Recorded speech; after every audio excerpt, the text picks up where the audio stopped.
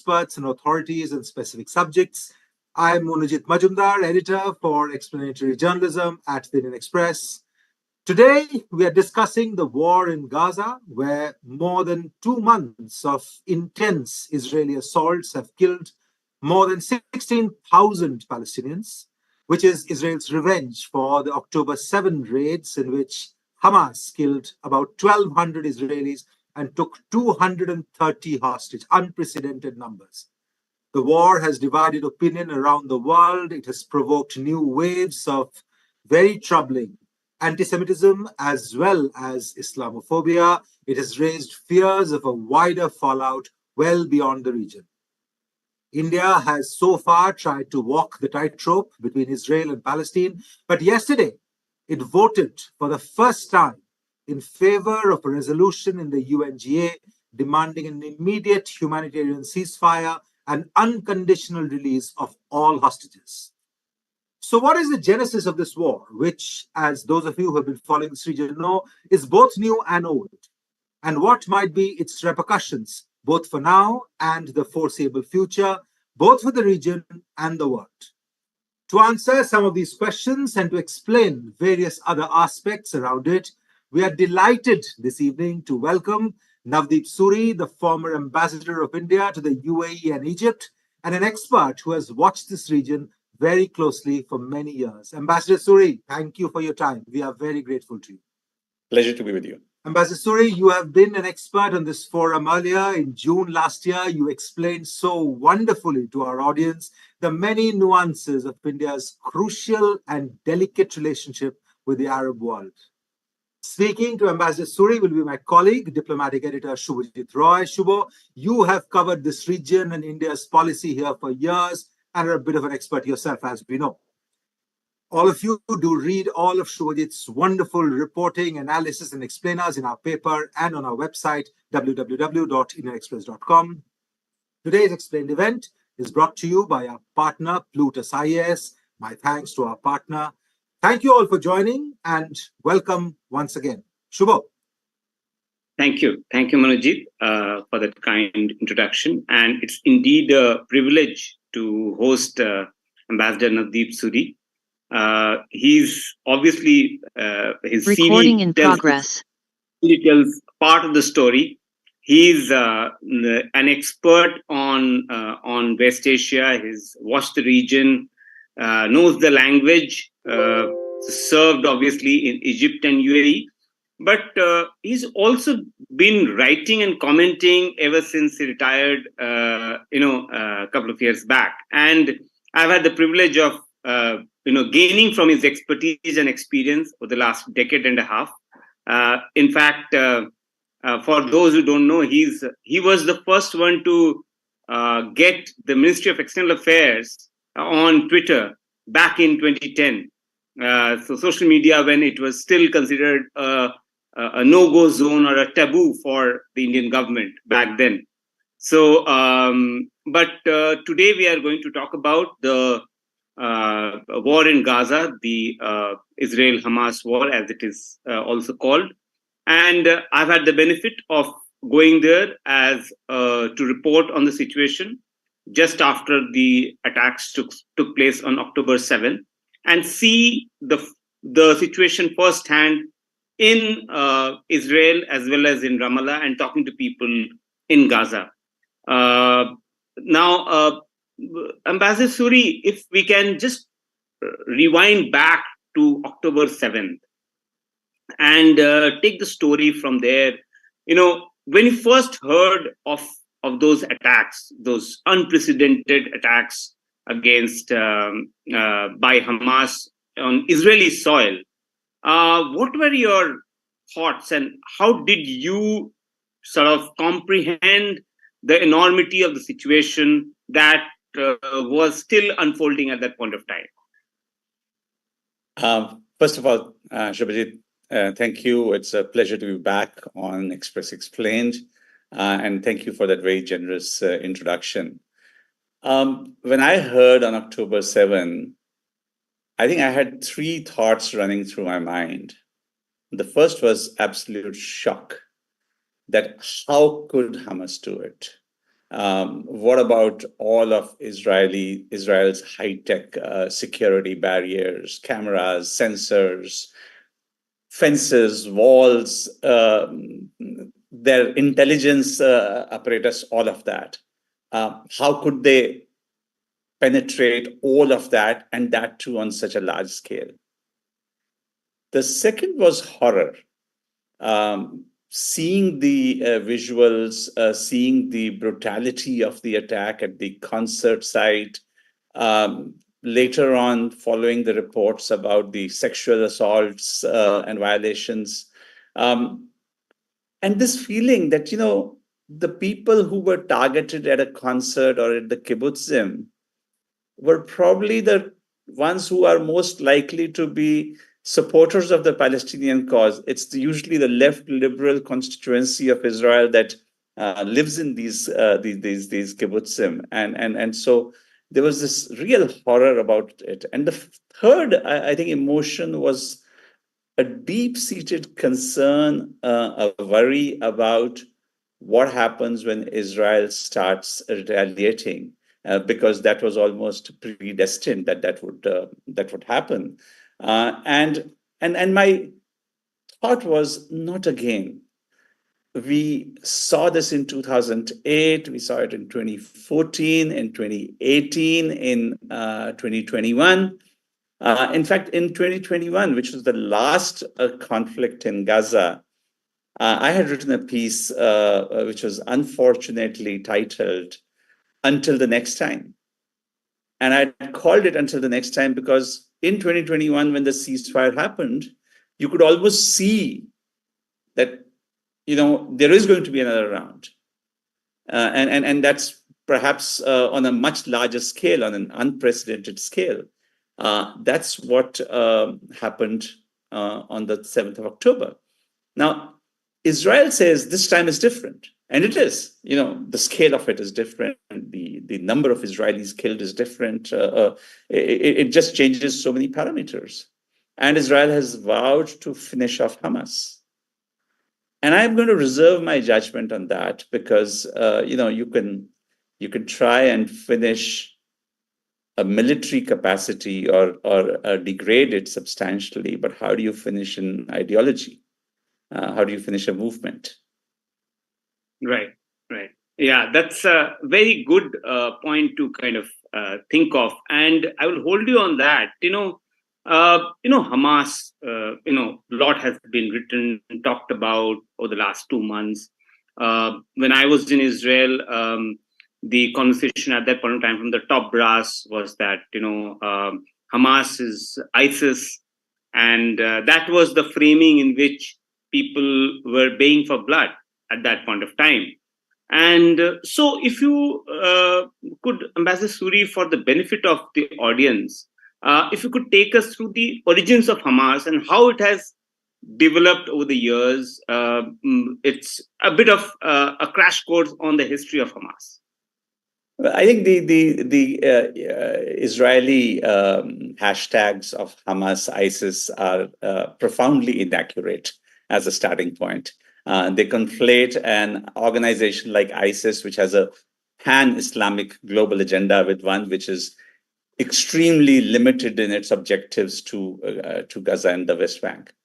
So if you go back, Gaza was under Egyptian administration from the time of creation of Israel in 1948 till 1967 and the Six-Day War. Egypt had a very active, very strong Muslim Brotherhood movement, which was running mosques and charities and social welfare programs and all. And that Muslim Brotherhood had also expanded its activities into Gaza while Gaza was under Egyptian administration. 1967, Gaza came under Israeli rule and Israeli occupation. And, some of those Muslim Brotherhood activities continued. But Muslim Brotherhood was deeply opposed to the PLO, the Palestine Liberation Organization, which was the dominant entity at that time in both West Bank and in Gaza.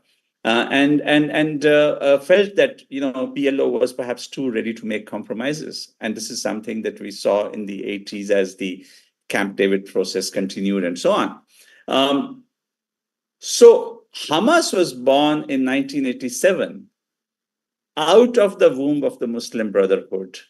And I think the acronym Hamas in Arabic is Harkat al-Mukawimin al-Islamiyin, the Islamic resistance movement. And so the resistance part was central, that they would resist Israeli occupation. They continued with the Muslim Brotherhood framework of reaching out into this vacuum of unfulfilled needs of the public in terms of social services, which the state was not filling. And they stepped in effectively, built a strong network, a strong base, and expanded to a point that in 2006, when Israel withdrew unilaterally from Gaza in 2005, and in 2006 elections were held to the Palestine parliament. And in those elections, Hamas, very surprisingly, won a majority of seats.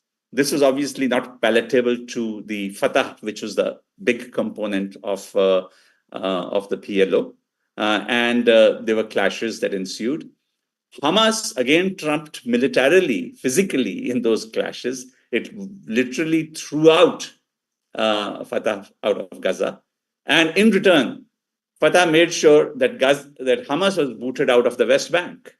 And so you had actually a split in the Palestinian movement, with Hamas dominating Gaza and the Fatah, which then turned into the Palestine Authority in the West Bank.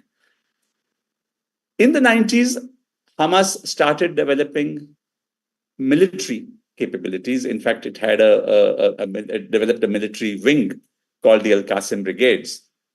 And they started kind of pinpricks against Israel. Initially throw a small rocket, which doesn't do too much damage, but it creates a certain panic. Then graduated into suicide attacks on unsuspecting Israeli civilians, usually at bus stands and other such places.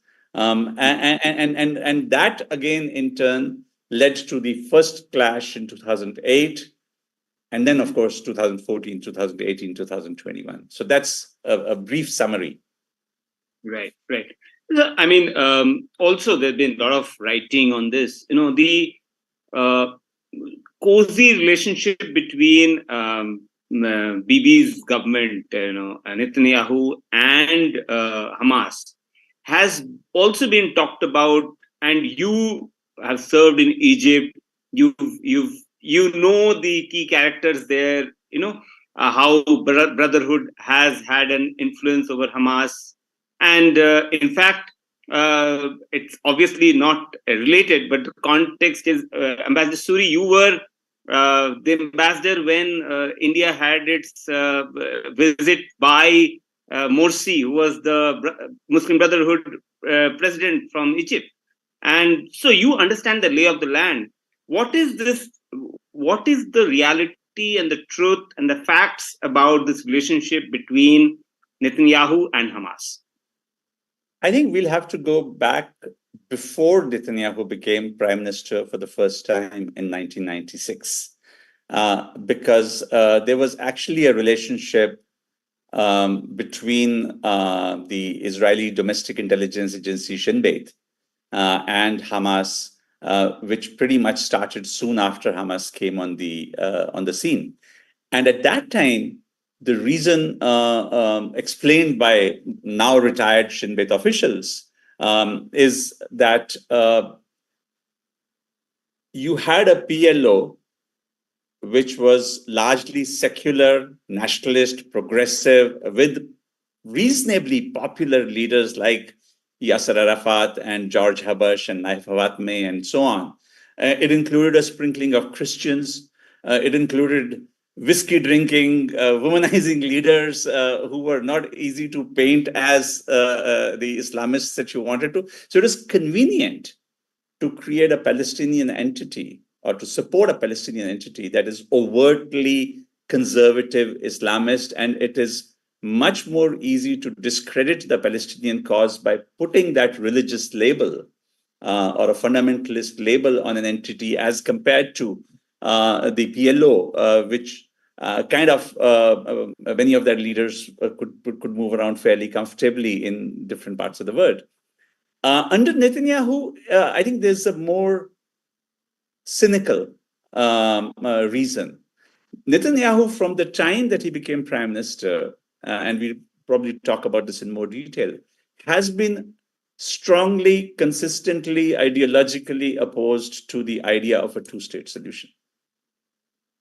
And in that framework, in his ideological framework, how do you avoid getting into serious conversations with the Palestinians on a two-state solution? How do you resist pressure from a Clinton or a Bush or an Obama or whoever next comes into power in Washington to be sincere about a two-state solution? And his answer was, but who do I talk to? The Palestinians are divided. The Palestinian Authority is useless, and the Gaza is with the Hamas, and they are terrorists. So who do I talk to unless the Palestinians can get united? And of course, you have proactively played a role in keeping them divided because it suits that particular purpose. And it continued despite, and I want to emphasize this, despite the clashes between Hamas and the Palestine Authority, between Hamas and the Israelis in 2008, in 2014, because I think the Netanyahu narrative is, we can manage this. It's a price worth paying for the larger cause of not getting involved into a two-state solution dialogue. So the Hamas problem is a security problem that can be managed. The term I think used sometimes in their circles is mow the lawn, that every now and then these weeds will grow and you got to mow it. And we can fix it. But all of that, of course, this thing that Netanyahu is giving precedence to security, which is paramount for many Israelis, blew up in everybody's face on October 7th because Hamas had grown to a point militarily that it could launch the kind of attack that it did. Absolutely. I wanted to, in fact, come in there. You framed it well, that, how Israel or Netanyahu had framed it as a security problem. And so, on October 7th, when these attacks took place, at that point of time, it seemed like a colossal failure of that security system or a grid that Israel had put together over the years, and their much wanted technology, as well as the prowess in intelligence, data collection. In fact, in the aftermath, when I was there, three chiefs, the military intelligence chief, the army chief, and the Shin Bet chief, all three had accepted failure and admitted to failure for preventing or protecting the attacks. And there was a sense of general disappointment amongst common Israelis, common people there on the streets when you spoke to them about the state of affairs. How was that how did that complete failure come about? I'm sure postmortem will be done through commission of inquiries, if not one, maybe more. But what is your sense on that? So my sense is, as you said very correctly, that there was a real shock in Israel that how could this happen? If you read the Israeli media, multiple explanations are being given, and one of those, which has I think some traction, is that over the last year or so, in the latest Netanyahu government, he got elected on this promise of so-called judicial reform. which really, to many Israelis, meant undermining the powers of the Supreme Court. And it was a deeply divisive issue. And over the last year, virtually every Saturday, every Sunday, you would see protests in Tel Aviv and marches to Jerusalem and all of that. And there's a feeling that Israel was so consumed by the domestic dimensions of this unrest, which was so unusual to see it on the scale that you did, that many of the agencies and personnel were perhaps more focused looking inwards than keeping an eye on the border. Israelis are very good at introspection. And there will be commissions of inquiry that will go into it with a great deal of detail, as they have done in the past. But I think my personal opinion, if there was one reason for the failures, in a word, hubris. It is this feeling that I am so overwhelmingly powerful as compared to my opponents that they dare not attack me in any large scale or form, and an over-reliance on technology that it would do the job, and not perhaps recognizing adequately that over the years, the human intelligence capacity that Israel had in Gaza had been degraded, and Hamas had become smarter. They were not using any of the telecommunications equipments or devices that could be so easily tapped by the Israelis. So the signal intelligence that Israel would depend on was also missing to a large extent. So I think, if you combine that, it's Israeli hubris, but it's also not to take away anything that Hamas had also grown its capabilities since the last rounds. Right. That's very interesting, because there have been reports that the Egyptian intelligence possibly alerted the Israelis, which Israelis didn't take very seriously or didn't pay enough attention to those intelligence inputs. We don't know what level of intelligence was there, how specificity of those intelligence inputs are, but there have been reports to that. Ambassador, now I want to come to really the response, the Israeli response that took place post 7th of October. And that has sort of obviously polarized the world. That has caused concern. There has been waves of anti-Semitism as well as Islamophobia across capitals, campuses, everywhere. That's what we have seen. This Israeli response, if you could give us a sense of why is there this very, very strong response from Israel on sort of bombing Gaza. Obviously, they are saying they're targeting the Hamas infrastructure, but the collateral damage of the Palestinian civilians there is quite high in that sense. 18,000 is the last figure I saw released by the Palestinian authorities. So how do you see this Israeli response, which is really quite something?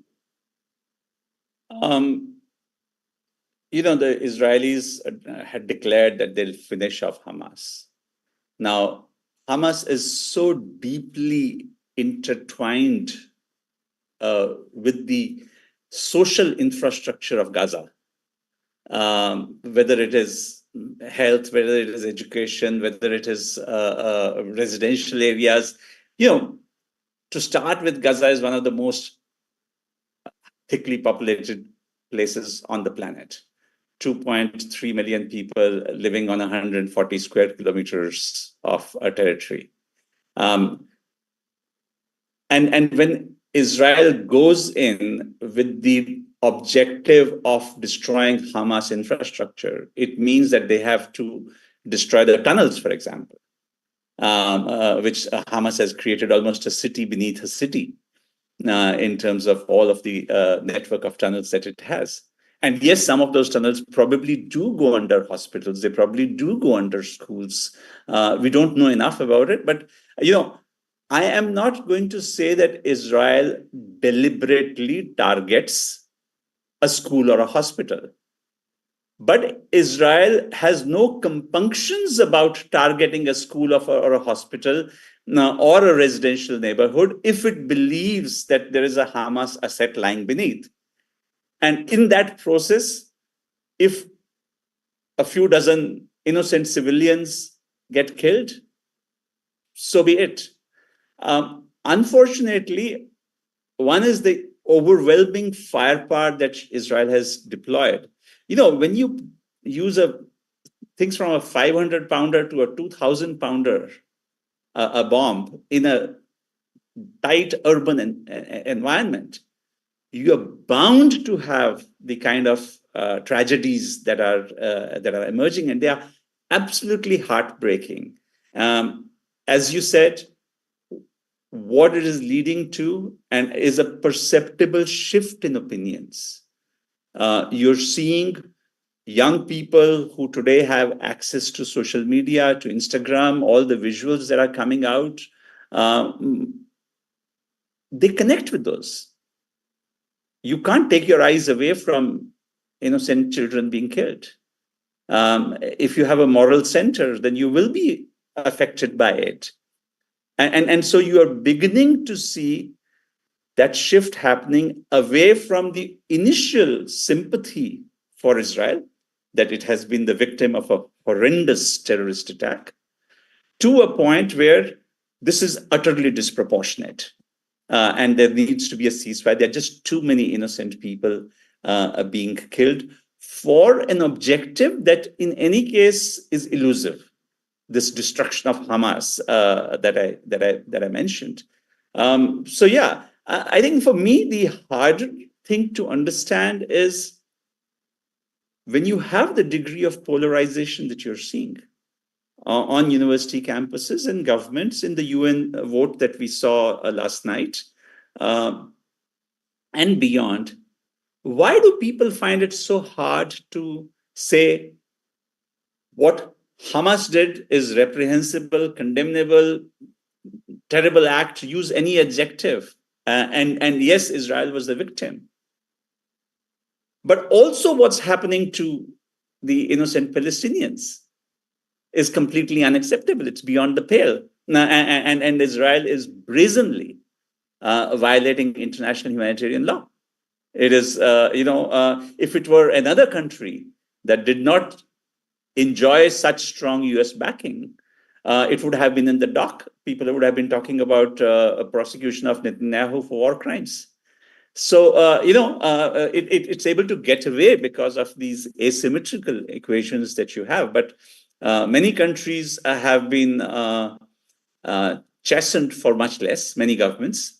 And I think, when I speak with my Arab friends, one thing that they are very, very angry about is the hypocrisy of the West that has been exposed.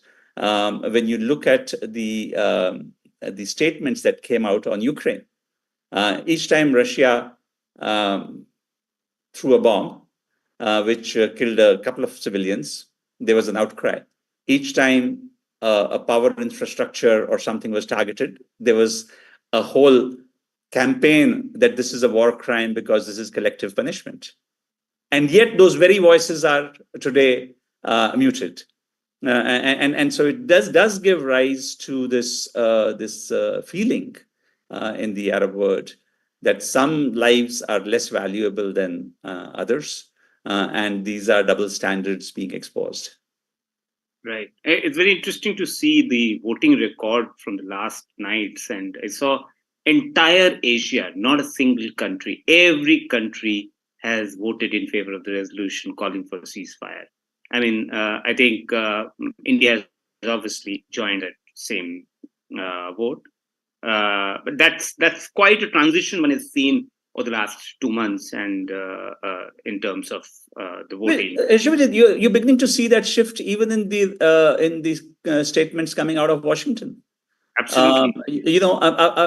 Until fairly recently, the Americans were probably taking the approach of talking Right. To tough in self-defense. public, Yeah. talking tough in private with Israel, but doing a very public display of affection and understanding, starting right from President Biden's opening comments and his visit to Israel and his meeting with the war cabinet and all of that. But I think the Americans are also beginning to realize, not just from a humanitarian perspective, but from a strategic perspective, that they are losing hard-earned goodwill in the Arab world. And if the events that we are witnessing lead to greater radicalization, it'll come back to bite the Americans, among others. Right, right.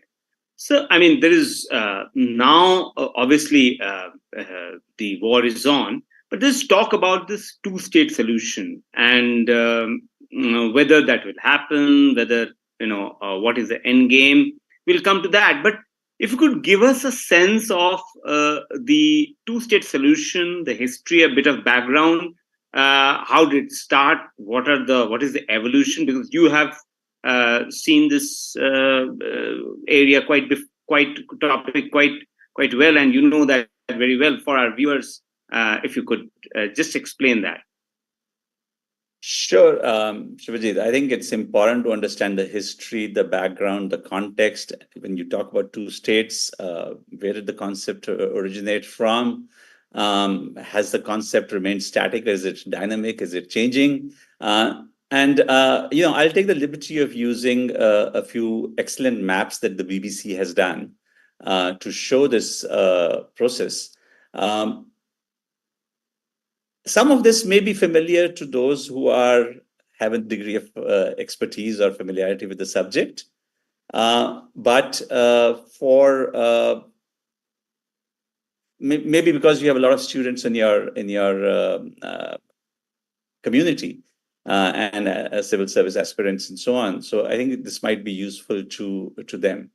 So let me start with the beginning. That, say, around 10th century BC, you had a kingdom of Israel, a kingdom of Judea in roughly what is now Palestine.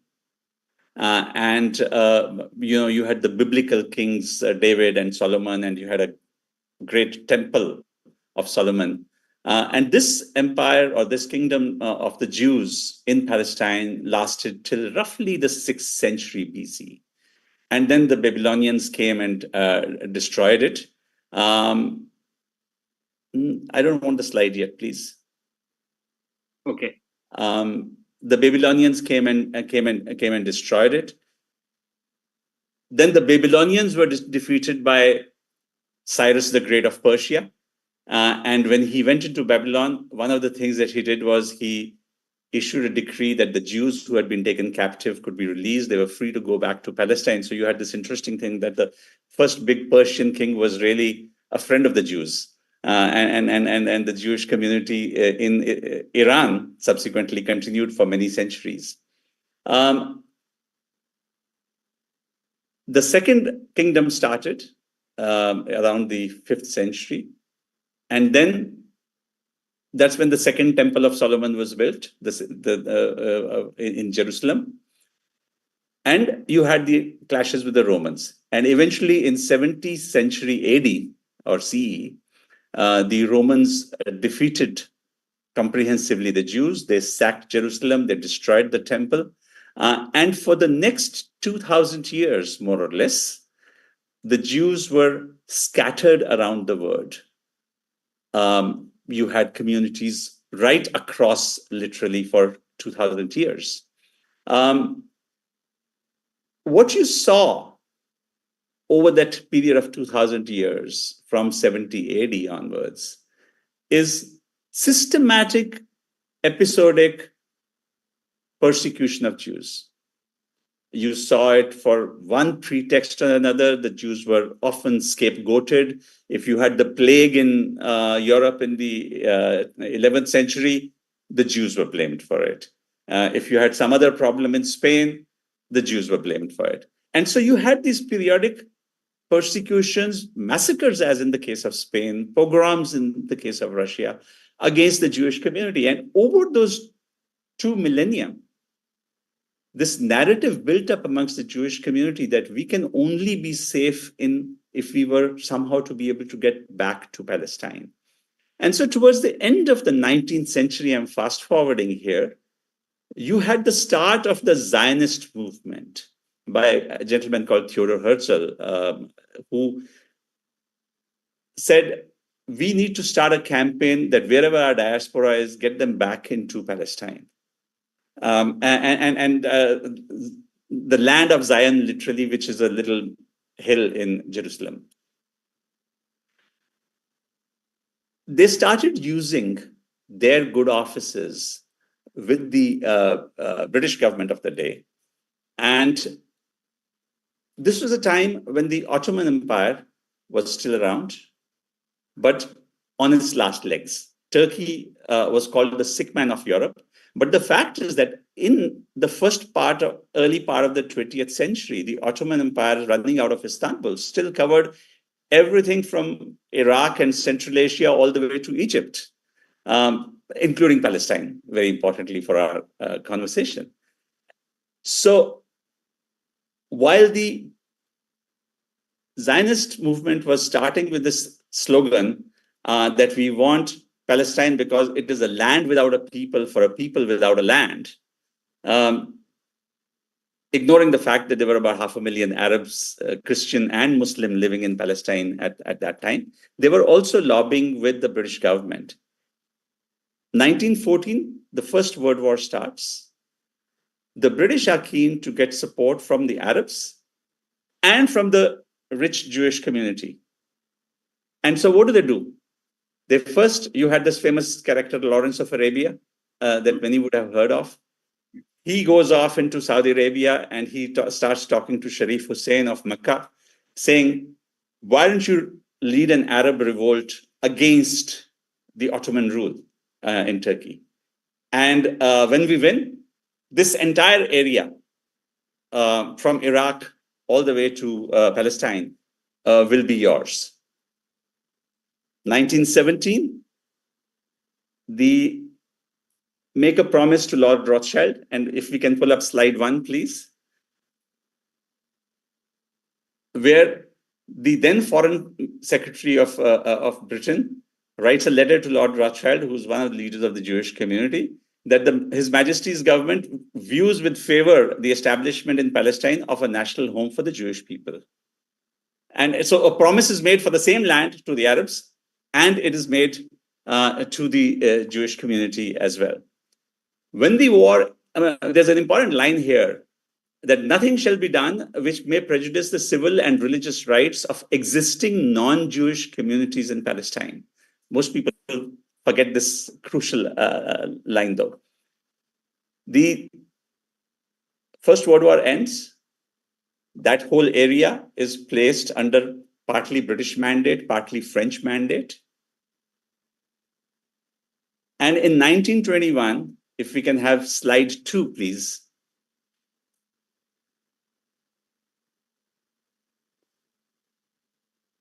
The area in white was the British mandate.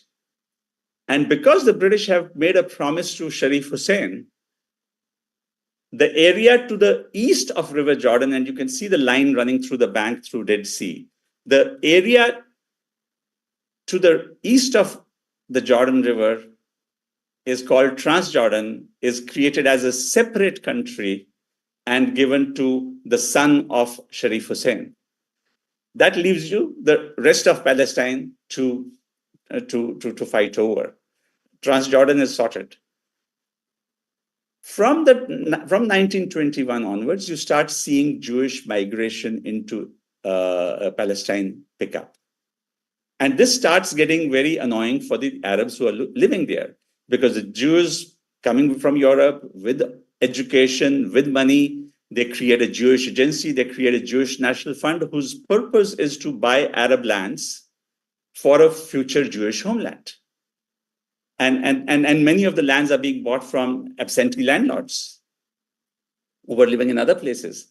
And so you see a progressive increase in Jewish population taking place in Palestine. 1936, it comes to a boil and you see the first Arab revolt against Jews and also against the Brits who are allowing it to happen on their watch. Then you have the Second World War, and you had the Holocaust. 6 million Jews killed by Hitler in concentration camps and elsewhere. And so this is the final push that happens at that time for a lot of the Holocaust survivors and others to make a beeline towards Palestine. At the same time, there's pressure on the British to make good their promise that you promised us a homeland. Where is that? The Brits are doing what they always do: appoint a committee, appoint a commission to look into it. And in fact, the Royal Commission that was appointed said this is not a good idea. But to force their hand, and I just want to draw attention to this, the first Israeli terrorist groups are formed. What should today call terrorist groups. There is the Irgun, which was under a gentleman called Menachem Begin, who later became Prime Minister of Israel. And there was the Lehi group, which was under Yitzhak Shamir, who also later became Prime Minister of Israel. And they carry out a number of terrorist acts to force the British essentially to part with part of Palestine. Matter goes to UN. British take up a partition plan to the UN. And if we can see slide 3, please. So this is now the white part is Palestine. In that, the UN partition plan of 1947 shows to you the brown areas, which are barely contiguous through corridors, as what was supposed to be the state of Palestine, and the white areas as the state of Israel. The Arabs are very offended. They reject the UN partition plan, and a war ensues. Israel, newly created, comes out as the winner. And so when the war ends, the map looks quite a bit different from the UN partition plan. If we can have slide 4. So you can see that the Palestinian state has, or the presumed Palestinian state after armistice, has actually vanished because the white part is now Israel, much expanded. Jordan has taken control of the area in pink, and Egypt has taken control of Gaza. And that's where the war ends. Those lines kind of stay on till 1967. But throughout this period, the Arab nations are humiliated. They are angry about what has happened, and they keep threatening to drive the Jews into the sea. There's a lot of rhetoric to that effect emanating from various Arab capitals. And on the 6th of June, 1967, Israel does something quite dramatic and unprecedented. It launches a preemptive attack on Egypt, on Jordan, and on Syria. And it pretty much wipes out their air forces within the first few hours of the war. The war lasts only 6 days. The Egyptians, the Jordanians, the Syrians are comprehensively defeated. And what emerges is a new map of 1967. Next slide, please. Right. So in 1967, you see Israel occupying all of Sinai, which is in the light brown, occupying a bit of Golan Heights in Syria as well, and occupying all of West Bank, including Jerusalem. That's where the 1967 war ended. And this obviously, was hardly a tenable situation. Again, the Arabs had been humiliated. And in 1973 comes a second war. This time, the Egyptians and the Syrians, in coordination, launch a surprise attack on Israel. And it's a kind of a stalemate, but it leads to the Camp David process. And eventually an agreement in Camp David in Washington, in the US in 1978. I just want to draw one attention here. After the 67 war, the United Nations Security Council passed a famous resolution called 242, which basically said that Israel agrees to return all the occupied territories in return for peace with its neighbors. Now, what did I say? Did I say all the occupied territories? Because there's a French version and an English version. In the French version, it says the occupied territories. In the English version, it only says Israel will vacate occupied territories. The is missing. And in diplomacy, that one word becomes the matter of huge interpretation. Was the intent of that Security Council resolution that Israel would vacate all the territories that it had occupied, or only some of the territories that it had occupied? And there's been a lot of debate on that, and we can go into further detail, but I just wanted to flag this minor point because it's so crucial to our discussion of a two-state solution. The 78 Camp David Agreement leads to the withdrawal in 1982 of Israel from some of the occupied territories. So could we see the next slide from 1982? So this is after the Israel-Egypt peace treaty. What you can see is Israel has cleared out of Sinai. It's back with Egypt, with very clear understandings on what parts are demilitarized and so on. It's still sitting in Golan, and it has returned the West Bank. It's still continuing to occupy the West Bank, including Jerusalem. You then had the Oslo process. You had 2 years of back channel negotiations, secret negotiations in Oslo, again on how to make this really happen and how to find a durable solution which meets everybody's requirements. And the Oslo process comes up with a new plan. So if we could see the next slide, please. No, the one before this. Next. Okay, I think I might have missed one. But what Oslo says is that you will divide the West Bank into 3 zones, A, B, and C. Zone A will be under full Palestinian control, civil and military. Zone B, Palestinians will have civil control, but military control will be with the Israelis. And Zone C will be Israeli control, civil as well as military. And guess what? Zone C was 60%, in which Israel had civil and military control. And obviously, the Palestinians were not satisfied with it. They were not satisfied with the fact that, but still, the PLO signed off on it. And Yitzhak Rabin and Yasser Arafat signed the agreement again in Camp David, the first Oslo agreement, and the second one at Taba in Egypt, to create this two-state solution of a Palestinian state, maybe demilitarized, existing side by side with Israel.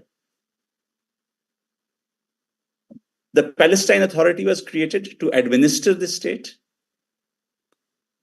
And a lot of countries applauded that. Seems like there's going to be within 5 years, there will be a full Palestinian state by 1998. 1995, Rabin is at a rally. Prime Minister Yitzhak Rabin of Israel is at a rally to mark the successful culmination of Oslo Agreement. And he is killed by a Jewish militant who is totally opposed to the idea of giving any territory to the Palestinians. Rabin dies, and a year later, Netanyahu becomes prime minister, and the rest, as they say, is history. More or less, the situation is frozen where it was. It's not that US and the UN and others haven't tried.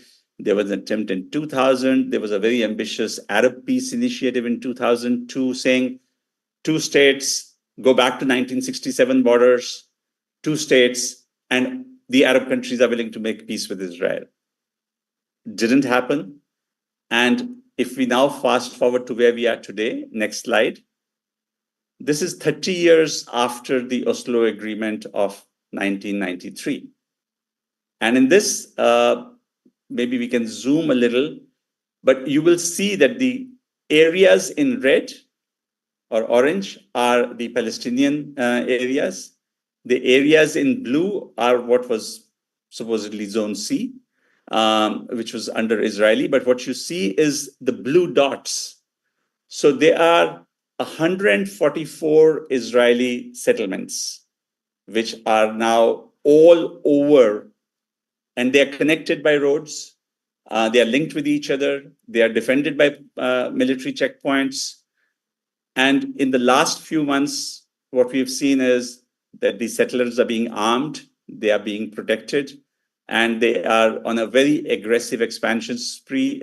This government has allocated a lot more resources to the expansion of settlements. And so, Shubhajit, let me conclude that the idea of a two-state solution, as I've tried to trace out, has been discussed at great length over the last 50 years, since 1967, more or less, since the Resolution 242. But today, when you look at the map in front of you, how do you create a Palestinian state? Gaza has 140 square kilometers area. West Bank is 5,600. But in that 5,600 square kilometers, there isn't a 140 square kilometer contiguous stretch. All contiguity has been broken by Israeli settlements, which are illegal under international law. And perhaps that's why people today have started saying, everybody still pays lip service to two-state solution because most people think it's still the least worst alternative. But others have started saying, including some Palestinians, that maybe we should stop talking about a two-state because the Palestinian state in this form will no longer be a viable entity. Maybe we should start talking about one state with equal rights. Let's shift the conversation to rights instead of sovereignty, and present Israel with this dilemma that will you give equal rights to Palestinians in a single secular state rather than a single Jewish state? Or will it be an apartheid state as the West Bank currently is? Let me stop there. Right. Can stop the screen sharing now and the slides now. Thank you so much for the last, I think, 10, 12 minutes. You explained the entire history of the region using these maps. I think they were fascinating to everyone who wants to understand it visually, actually. Thanks for doing that. I now want to, come to the present conflict and where we are right now between Israel and Hamas. And it seems there is no sight, no end in sight right now. How do you see many people have asked this on the chat box. I was going through as you were discussing about what's the end game and what are the. So I would not just stop at what is the end game, but what are the future scenarios that we can possibly think of right now, as of today, 2 months into the war? Shubhajit, I'd love to be an optimist and give you a positive answer, but the reality is that with each conflict, the solution seems to recede further away. What was possible in 48 became impossible in 67. What was possible in 67 and even in Oslo in 93 became difficult. today you have a situation where in the last, I think, 10, 15 years of Israeli politics, the politics has shifted to the right. Every successive government has been more right-wing than the previous one. And in this one, which is probably the most extremist government that Israel has had, you have ultra-Orthodox religious parties, which have a very clear belief that it is their biblical right to have control over the entire land. So there is no question of yielding an inch to a Palestinian state. You have the hard right of Israeli politics, which also takes a similar approach. On the Palestinian side, you have the Palestinian Authority, headed by Mahmoud Abbas, 88 years old, and an entity that is widely seen as corrupt. There's one survey when you ask Palestinians, which is your biggest concern? It isn't Israel, it's corruption. So that's how poor the Palestinian governance has been. And then you have Hamas, which has this rejectionist approach. They still don't acknowledge the Israel's right to exist. And they blame the Palestinian Authority that, look, you recognized Israel, you did the deal with Israel. What did you get in return? This moth-eaten piece of the West Bank that can never become a state. And then the third player is the US. A lot can happen if US were to use its leverage over Israel. But that is squarely a function of domestic US politics. And Biden is probably the most pro-Israel president that the US has ever had, explicitly so. But will he stake the last year of his presidency on trying to push a peace plan through? If I had to force myself to give up realism in favor of hope and optimism, then I would say that for any solution to emerge, you will need to bring in actors that today you are not comfortable with. It will need changes in Israel. And there are some optimists who say that there will be a reckoning after the war is over, that Netanyahu will go, and maybe a center-right leader like Benny Gantz or somebody else might come forth. Right now, the poll numbers seem to be in his favor, that he could be the next prime minister, and he may take a more pragmatic approach than the ideological position of Netanyahu. So first is, post the war, Yitzhak Rabin, who is willing to take the risk for peace and give up his life for that, of course. On the Palestinian side, today, the Europeans, the Americans, everybody's saying, no way that Hamas can be brought into the equation. But each time these Palestinian prisoners are released in the West Bank, in Ramallah, the flags are Hamas, not Palestinian Authority. Today, again, most people think that despite having brought such death and destruction by its actions onto Gaza, Hamas probably enjoys more popularity than it did before October 7. One of those paradoxes that you have to face up to. The external players who matter, Iran, which has been supporting Hamas, supports Hezbollah, uses them as proxies. The Iranian foreign minister, day before yesterday in Doha Forum, made a very interesting comment.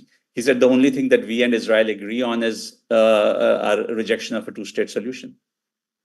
But at some point, the only approach that I think could work is that the rejectionists have shown, Iran and its proxies, Hezbollah and Hamas, have shown that they can prevent any solution.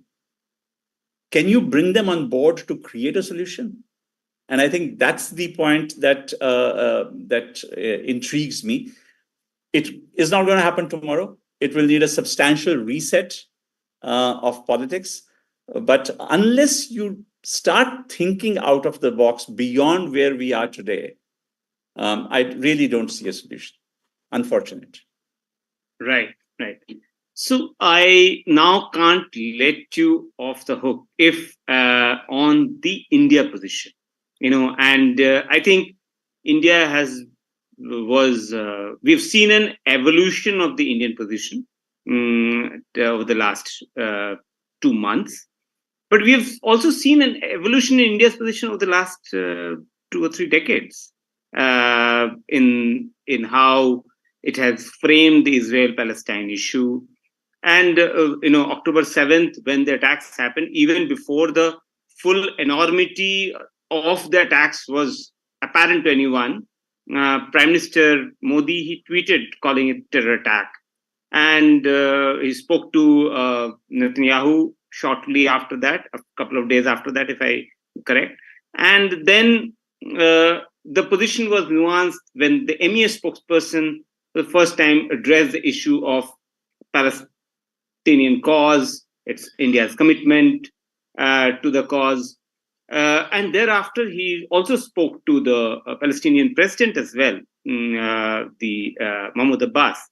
So, and now we see 2 months down the line, we see India signing off on a resolution, voting in favor of a ceasefire. 2 months after, it had abstained on a similar resolution. You've been in this government, you've served in the government for 30 years, more than 30 years, and also with this government for last over 9 years before you retired. Give us a sense of this evolution of the Indian position. So, great question, Shubhajit. If I go back on the Palestine issue broadly, Gandhiji, even before we became independent, back in 1938, when these issues were brewing, wrote in an essay, Palestine belongs to the Arabs in the same sense that England belongs to the English and France to the French. And he was never comfortable with the idea of the Jewish community being imposed, even though he felt a lot of sympathy for the Jewish community because of the Holocaust. And there's a whole bunch of correspondence with Kallenbach and others on this subject. Post-independence, it was an article of faith for Nehru and for the Indian establishment broadly to support anti-colonial movements or to oppose colonial movements, whichever way you want to look at it. And we did that in Africa, we did that in Asia, we did that elsewhere. It was certainly a key element in the non-aligned movement itself. And so over the years, India took the position of supporting Palestine, and the support for the Palestinian cause became a real sort of article of faith for India. We allowed Israel to establish a consulate in Mumbai in 1953, as early as that. But we didn't establish full diplomatic relations until Prime Minister Narasimha Rao's government in 1992. We had under the carpet kind of relationship, closed door relationship with Israel, even before 92. But diplomatic relations got established in 92. Coming to this government, I think the difference, Shubhajit, is from 1992 till 2014, you had a steady evolution of the relationship between India and Israel, even as India continued to support the Palestinian cause. But what I think this government has done is it's dehyphenated the relationship. And Prime Minister Modi has made it explicit by visiting Tel Aviv and visiting Ramallah as two separate visits. And separate visits. And two separate visits. And that's what I mean by dehyphenation, that we can have a separate relationship with Israel and a separate relationship with Palestine. Now, there is a real admiration and respect in India, particularly in this government, for all that Israel brings to the table in defense and security during our critical hours. They are the ones who provide and have been very, very forthcoming. In agriculture, where they have 29 centers of excellence across India. In water conservation, where they are real world leaders, and they have probably the Indian embassy in Delhi, the Israeli embassy in Delhi is the only embassy which has a water attaché to work with Indian experts on water conservation issues. So there's a real appreciation for Israel and what it does and all of that. And so combined with that is the very strong position that India takes on terrorism, because India has itself been a victim of Pakistan-sponsored terrorism over the years. And so it's something that is part of our Indian diplomacy, that we encourage others to take a strong position against terrorism. So there was a very unequivocal condemnation of the terrorist attack by Hamas. But over the 2 months that have since elapsed, you have seen, as in the case of other countries as well, I mean, we are not the only ones, Europe's position has shifted. If you look at the vote of Europe yesterday, you will see again a number of countries that did. Because today the suffering of innocent people from hunger, from lack of water, from lack of electricity, lack of healthcare, the visuals that you see is just way too strong to say, I will sit on the fence. Israel has made its point, but to what extent will innocent people continue to suffer?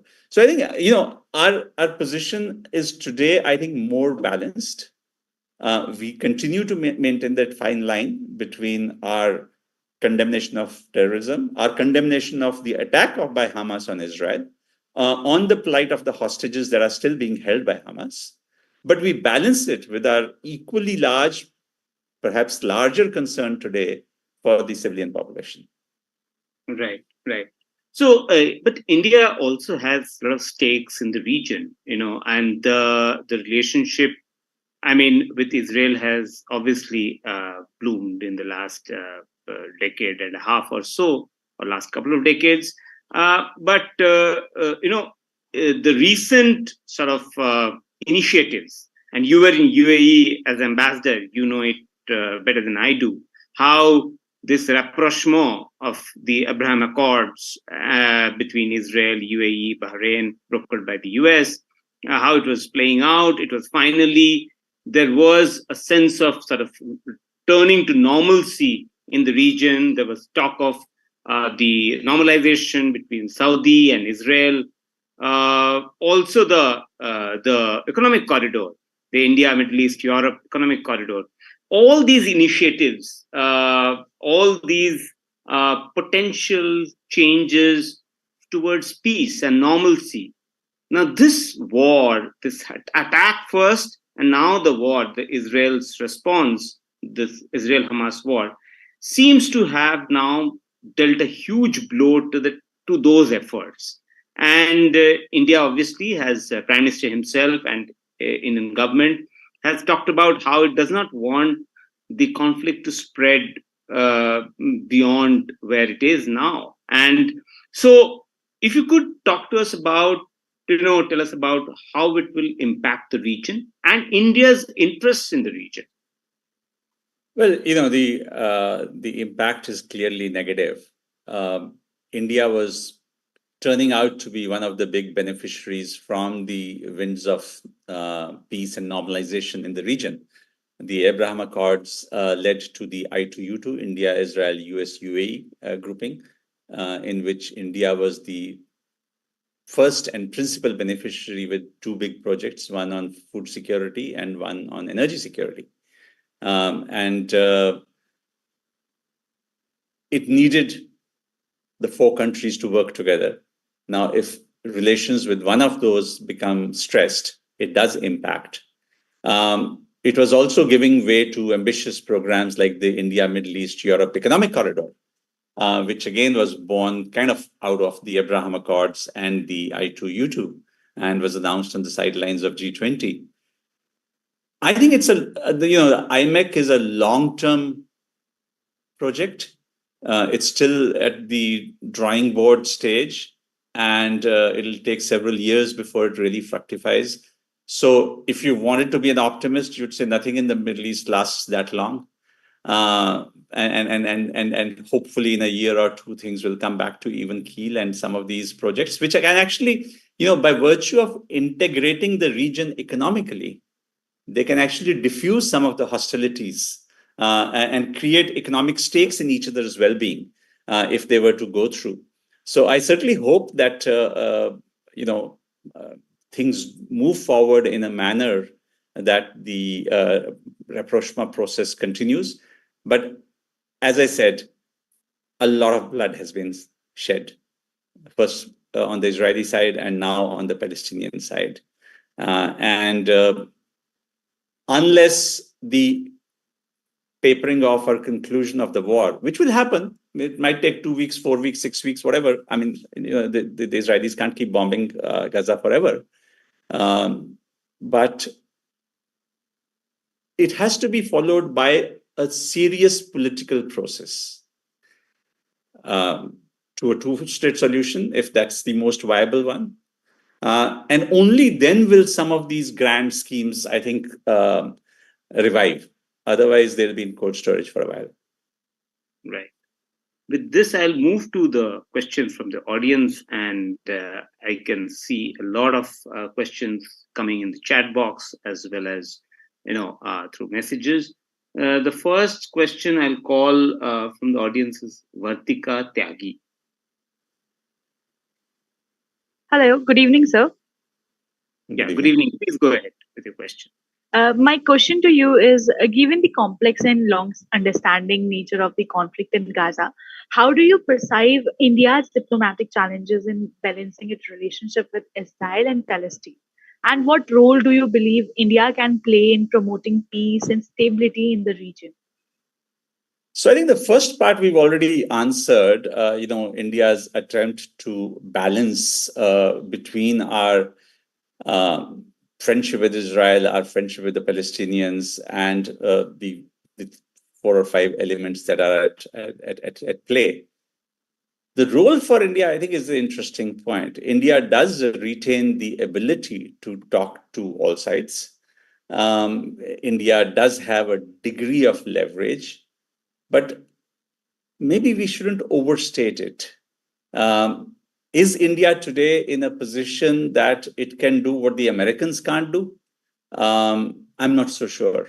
But our vital interests are at stake. West Asia is part of our near neighborhood.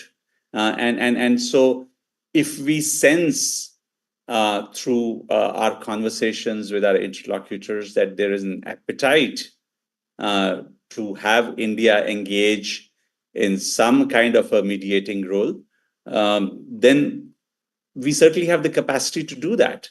And we will be credible in our effort. But I personally don't think that this government in Israel is in any mood to listen to us if they are not listening to the US or to the Europeans. And I don't also believe that the Palestinians have their act together yet. It would need a substantial reshuffle on the Palestinian side before they can be credible interlocutors for any path forward. Right. Thank you. The next question is from Darshan Jain. Hi, good evening, Mr. Ambassador, as well as good evening to all of us. Thank you so much, Shubhajit, sir, for offering me this opportunity. So my question is, sir, that given the circumstances that we have been from the Nehruvian era until now, we have a change in stance towards the policy that we held towards Palestine and Israel. So my question is that what can India's role be while balancing the stance it holds between Israel and Palestine, and while walking the diplomatic tightrope? Are we in any way losing the control over either of them? I think I've more or less just answered that question kind of twice already. That we are taking a balanced and balancing role in this. We are very mindful of our national interests, and it's a tightrope walk for us. We are doing it successfully. We will not make either side fully happy. The Israelis will be angry that why didn't you at least abstain from yesterday's resolution? The Palestinians will now be happy, but they were not happy last time when we abstained. So I think we will continue on this track, but longer term, I think we must start using our good offices with the Americans, with the others, to urge that we need to bring the parties together. This is an unsustainable situation. It will cause harm to us and to others. So I come back to this. Once this war is over, maybe because of the shock of this particular episode, it will churn a process of new leaderships in Israel and amongst the Palestinians, which may pave the way for an eventual solution and bring us back to that track where we were almost hopeful of the Saudis establishing diplomatic ties with Israel. That seems a long way off now. Right. The next question is from Prashant Maharishi. Yes, sir. There are a lot of loss of lives. We understand that. But this war is continuing for almost 2 months. And now the past experience of the international war shows that they do not show any idea of getting over very soon. So this war cost a lot of money to the whole world. A lot of people are financing this war. The stocks of the US companies which are in the defense sector has gone up. So now the war has become the business of the country, sir? That is the question.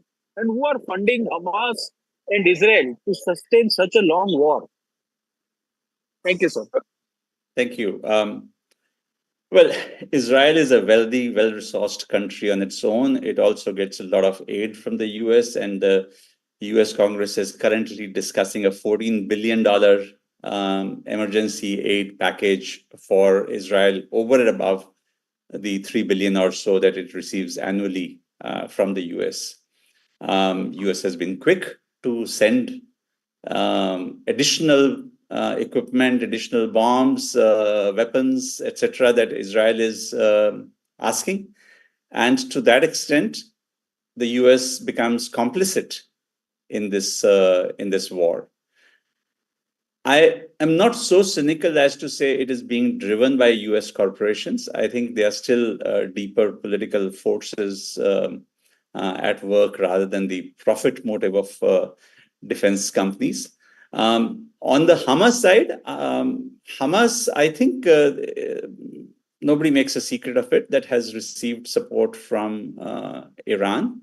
That has enabled it to develop the military capacities, the rockets, the drones, the missiles that it has been using. It has also been receiving funds from Qatar ever since it fell out with the Palestine Authority in 2007. And that's quite interesting because you have both documented and undocumented transfers, and the documented transfers actually go via Israel, and with the assistance of Israel to Hamas to supposedly enable them to run the civil administration and the healthcare services and so on. So each one gets its funding, but it's a very asymmetric thing.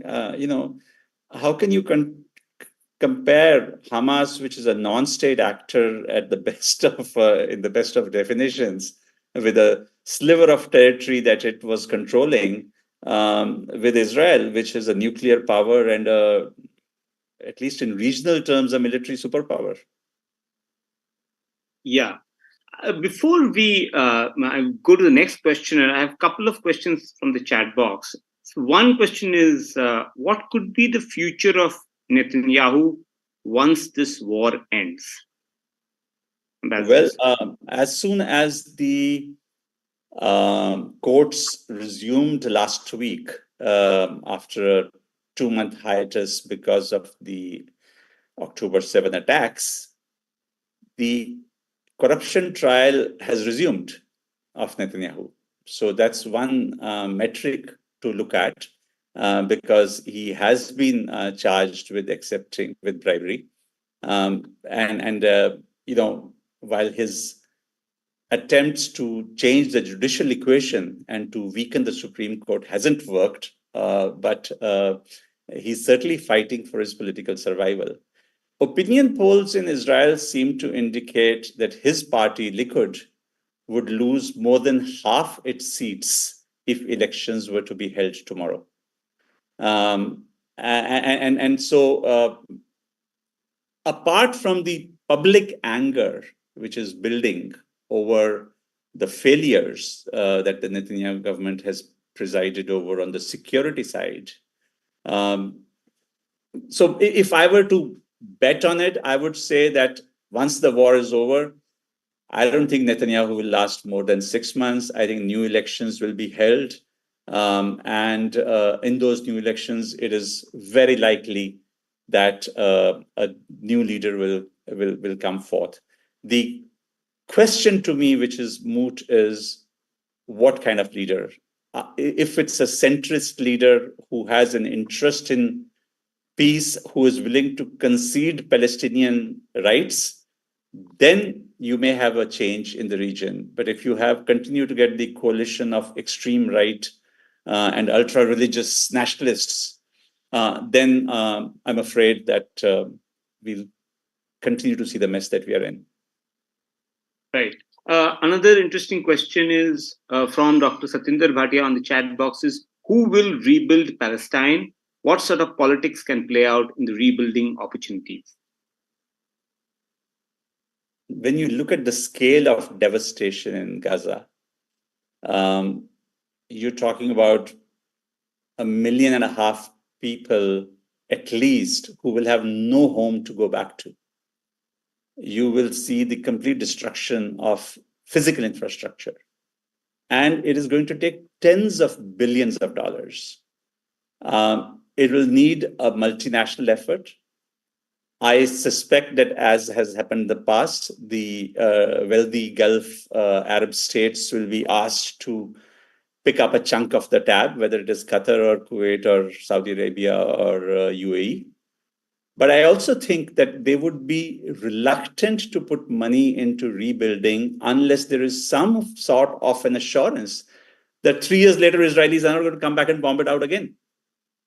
So again, it comes back to my point that, unless there is a semblance of a credible political process, everybody's talking today. What happens the day after and the day after the day after? The war stops. What next? Who's in charge of Gaza? We haven't spoken about it. Are you going to see a breakdown of law and order in the absence of Hamas? Americans would like Palestine Authority to take charge of Gaza. Do they have the capacity to do that? Is Israel willing to let them get into Gaza? Netanyahu has already said no. Will Israel stay on?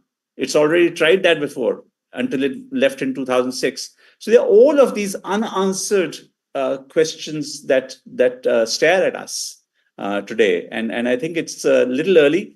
But I think reconstruction will have to be funded by the Gulf states with some maybe World Bank or other multilateral finance coming in. But it'll come in only if there's some assurance of some stability.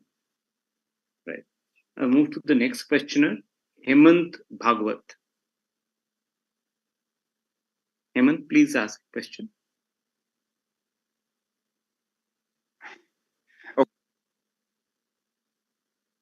Can unmute yourself and ask a question, please.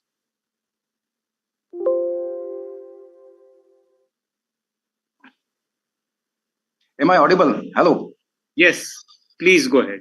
Okay, thank you for a very detailed briefing.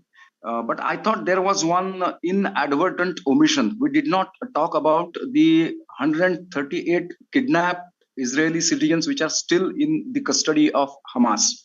Anyway, as per my understanding of this whole scenario, though IDF is tactically gaining ground in achieving its objectives in Gaza, at strategic level, Hamas has outmaneuvered Israel in information warfare and perception management by relentlessly focusing on misery of Palestinian people. Sir, what's your The very question? fact that If you could the ask your question is question. okay. The question, okay. My question pertains to Iran's attempt to widen this conflict into a regional war by using its proxies.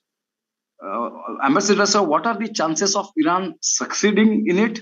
And if Iran succeeds in it, then what are the chances of this whole fracas snowballing into a kind of a civilizational conflict between the Islamic world and the Western civilization? Thank you. There is a related question before on the chat box, that is the current Israel-Hamas war a consequence of China-Iran nexus to derail the IMEC corridor? How will it impact this project? Okay. Look, I think contrary to fears and expectations, Iran hasn't really tried to escalate it or widen the conflict. There was a real fear in the first 2-3 weeks that Hezbollah, which sits on Israel's northern border in Lebanon and which is probably 10 times more capable than Hamas in terms of training, equipment, capacity, resources, all of that, would jump into the fray. But up till now, Hezbollah has largely stayed within the red lines that have been sort of worked out between the Israelis and Hezbollah, and haven't really targeted areas that cross the red lines because of fear of Israeli retaliation. But also the Americans have actually sent two, not one, but two carrier task forces into the Eastern Mediterranean.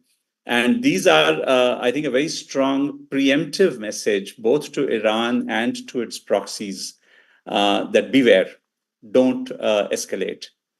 Despite these measures, you have had a widening of the conflict in an unlikely area, which is the Houthis in Yemen, who control or who are sitting on hills that overlook the Bab el-Mandeb. And I wish I had a map for that, but Bab el-Mandeb is really the access from the Arabian Sea into the Red Sea and onto the Suez Canal.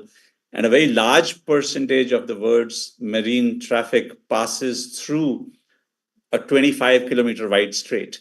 So somebody sitting with a missile launcher on the hills can easily target shipping, and that's what they're doing.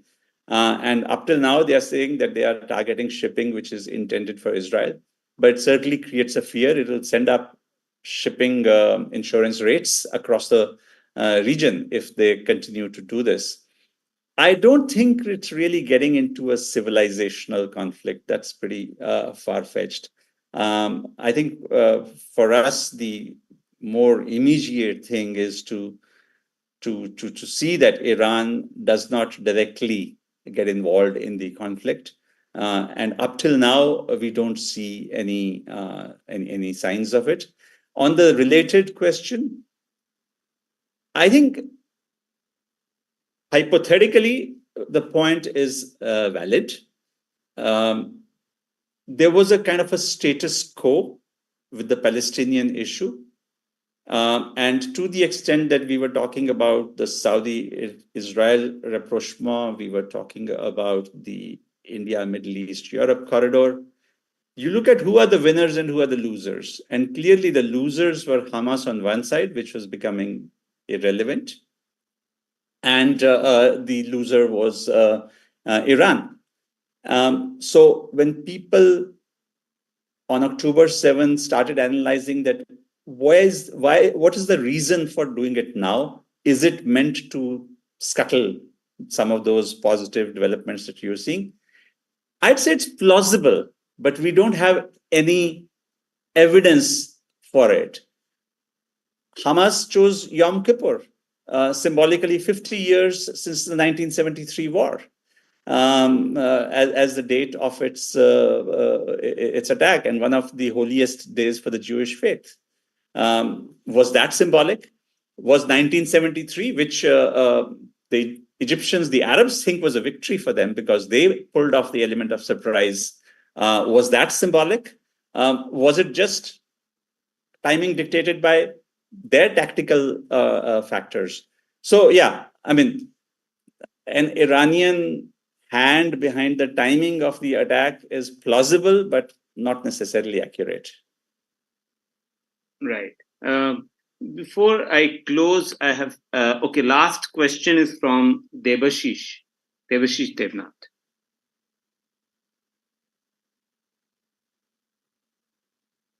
Debashish, please unmute yourself and ask the question.